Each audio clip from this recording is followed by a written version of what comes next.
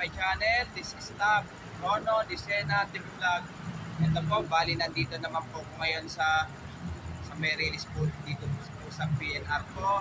Kasalukuyan po ay yung pasahero po sa biyaheng Bicol nung nakaksidente po sa tren po ay maraming espiritu po ay hindi po talaga po matahimik po.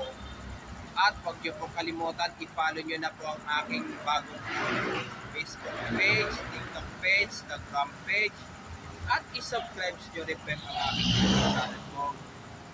Ito po, bali, meron din pong station agent po talaga ay naglubulto po talaga po doon. Lalo na po sa may Espanya station po. Dahil po sa inatake po sa puso po. Tara po, let's go po!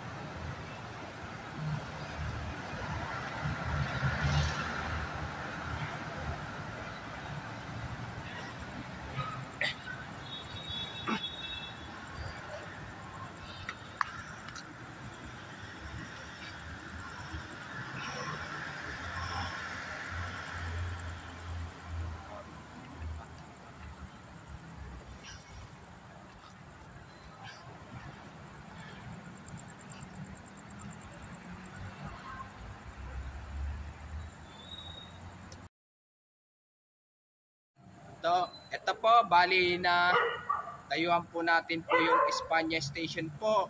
Kaya po ayaw po matulog po yung station agent po dyan, ay hindi raw po sila makatulog po doon. Gawa po kasi po doon may multo po.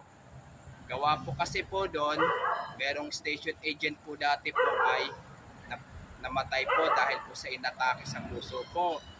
Pero yung mga pasahero po sa biyaheng Bicol po ay, lalo po nung marami pasaherong namatay po, ang espiritu po talaga po ay talagang hindi pa rin po matahimik po.